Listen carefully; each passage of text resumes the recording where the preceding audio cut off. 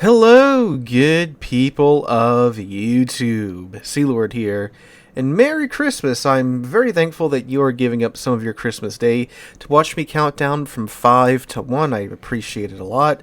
Hope that you have the best of Christmases, and Santa Claus brought you everything that you so desired this year. But since this year is coming to an end, like we normally do here on the channel, I'm going through my end of the year top 5 list. We did the top 5 ships of 2023 a couple weeks ago. Last week was the top 5 worst ships of 2023. And now today is the top 5 best premium ships of 2023. And there's a very good chance that when you are watching this, I am actually on a plane right now, heading out to the beginning of a very short museum ship road trip. If you'd like to see updates on that, you can check out the second channel, where videos will be going up as I progress through said road trip if you want to get a little bit of a sneak peek at what's to come here on the main channel, probably a week or two down the road. So check that out if you're interested in that. If you're interested in War Thunder and the F-15, you can check out yesterday's video as well, as we had some time in War Thunder checking out the F-15, which is my personal favorite jet fighter ever produced. But yeah, if you want some nice chuckles, check out yesterday's video. But on to today's video now that I'm done plugging everything. Alright, so let's go ahead and get on into it. Now, I am, of course, counting, as I usually do, premium ships and special slash resource ships as just premium ships, just for brevity's sake, right? So if you had to, trade in coal to get it, and it's technically not a premium ship, like doesn't have the filled in gold ship icon, I'm still counting it on this list just for, again, brevity's sake. So let's go ahead and get on into it. Coming in at number 5, we have the British heavy cruiser, the Defence. Now this one's at number 5 for a couple of reasons. First off, Wargaming's doing their usual thing of we're releasing a ship now, and it's not going to be released again until further down the road, which is why the ship's at number 5 for that. But I do like this ship so much. The guns on the Defense are just downright wonderful. She has essentially 6 of King George's of the King George V class battleships dual guns on her deck, which means that they have the great British BBHE, and the accuracy is much more improved over the King George V, which is a very good thing. It's some very accurate guns here on the Defense. So what that HE allows you to do is, of course, when you need to, you can spam HE, and it's just downright good at that, with that high fire chance, the high HE alpha. When you are seeing, of course, the other tier 10 ships and such, and 14-inch guns, while massive on a cruiser, of course, they aren't that large, in battleship terms at tier 10, but that high HE fire chance and the high alpha help you out there a lot. So really, you could just spam HE in the Defense and you will be perfectly fine in terms of the damage that you're going to be doing. But you swap it over to the AP with the improved accuracy of the Defense's 14-inch guns, and now you can easily chunk battleships for like 15, 16k if you hit them in the right place. And the ship has a 16-second reload time with the build that I have on it, which is, of course, taking the reload module. So that's quite a lot of pain you're throwing out every 16 seconds. Now, the other downside that I was talking about in the introductory part of this ship is that it is an absolute glass cannon. Do not show your side in this ship. You are going to go back to port. It's that simple. Her citadel does sit up very high out of the waterline. She has some very thin side armor. So while you have battleship guns, you are not a battleship. But thankfully, she is maneuverable enough to, if you know what you're doing, stay out of harm's way, or at least dodge around the worst of the damage. And she has a nifty little a short burst smoke generator to go along with it, the very same that you'll find on the British destroyers.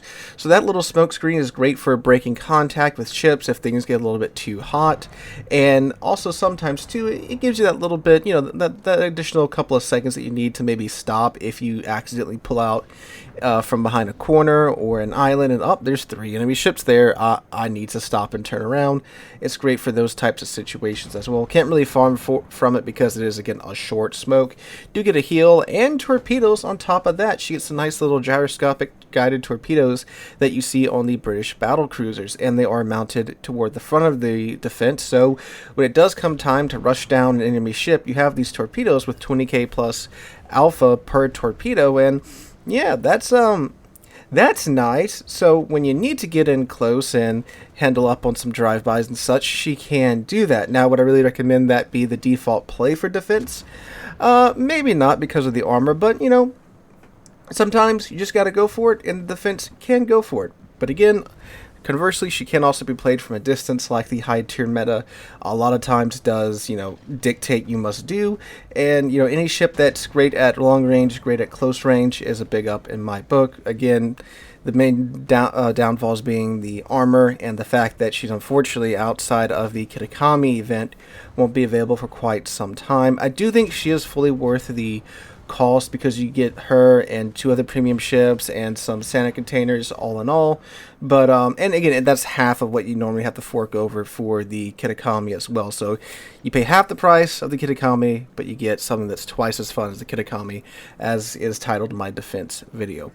So going down to number 4, we have the Tier 9 Pan-European battleship, the Karl XIV. Now, the Karl XIV is another ship that is a little goofy. Again, this is my top 5 best premiums of 2023, and I do like to have fun in the game. So, yeah, not every ship on this list is going to be a super meta ship. It's going to be what I like to play, and the Karl XIV is very much what I like to play. This was a real surprise when this ship came out. I did, follow her a little bit in, through the initial dev blog and a couple of changes here and there, but I didn't really look too much at her. And this is the battleship that is pretty much a very large torpedo destroyer. You know, it's got the Pan-Euro torpedoes. They get up to 13.5 kilometers. They're fast, and they don't have, the heaviest punch, but you get 2 racks per side. And again, they're fast torpedoes, so they're much easier to get to hit whatever it is that you're aiming at versus, some of the slower torpedoes in the game, or even just standard destroyer torpedoes that you have to, give a lot of lead to and such because of their speed. So, 13.5 kilometer torpedoes. Add that on top of a 10.6, 10.7 kilometer detection range. You can stealth torpedo in a battleship. And she has actual usable torpedoes to do that with. It's not like the, the Iwami that has the 20 kilometer torpedoes, but they're, slow, so it takes a hot minute for them to get anywhere. And then, not only does the Karl XIV have torpedoes, but she has secondaries, and a lot of them, that go out to 10.5 kilometers. So essentially, when you are detected by a, destroyer or whatever, they are very much within your secondary range. And you have a lot of secondary guns that would just love to tear them a new one. So, yeah. Now, she does also have some pretty small main battery guns at 305 millimeters, but, I mean, hey, they have a good reload time, and they're typically very well at complementing at the rest of the ship's armament. So the secondaries, for example, it's a bunch of smaller caliber secondary guns, and they can't pin 32 millimeters of armor, but there's a lot of them, and they have a good reload time and decent fire chance. Couple that with the 12 305 millimeter guns on the main battery that also have a good reload time and a decent fire chance. You'll be starting a lot of fires with the Karl XIV. And throw the torpedoes on top of that, which are, again, the Pan-Euro torpedoes, so they're very fast, not the highest in terms of alpha damage, but they're also pretty good at starting floods. So if you really want to make someone miserable, you can use your secondaries to absolutely just, toast their ship. Throw some torpedoes at them, especially if they're trying to chase you down. Start a couple floods on their ship. Now that they've, popped their damage con to stop either the fires, the floodings you had on them previously, you're probably going to set quite a few more instances of fires and floods on said ship, thanks to, again, just the ludicrousness that is the Karl XIV. And that's how you murder ships that have more HP, more armor, and bigger guns than you in the Karl XIV. Or you could just outright brawl with it too and just use the torpedoes in the drive-by, which is, absolutely freaking great, and is why I love the Karl XIV. Now, again, unlike the the defense, the Karl XIV was initially released. They've pulled her from the shop now, but she should be coming back here in the next couple of months. So absolutely, if you can pick it up, or if you're interested in the ship, I do highly recommend her.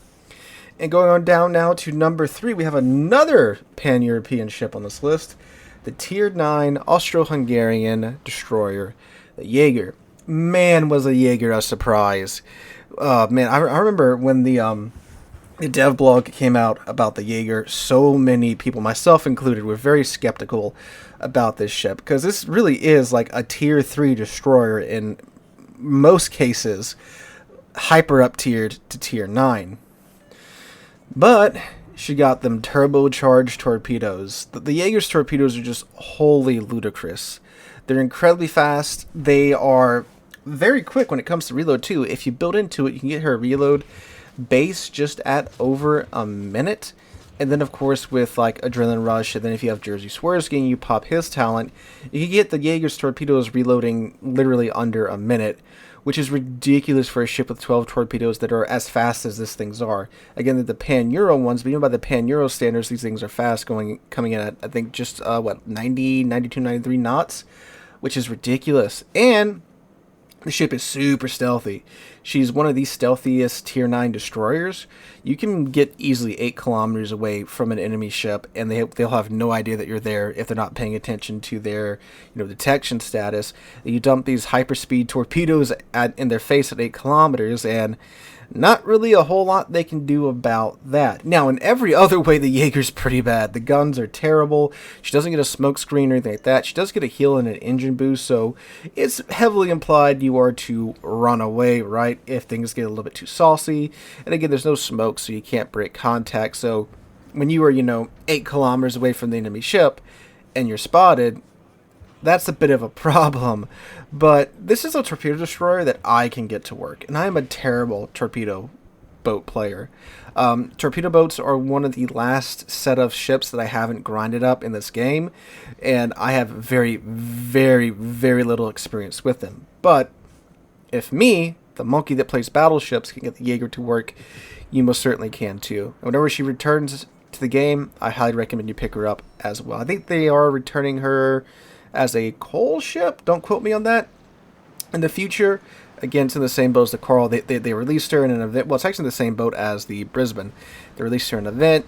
What was it, like 3-4 months ago? So we should just be a couple more months for her returning. And it's annoying that half of the top 5 ships of 2023 probably aren't going to be out in full until 2024, but they were released this year.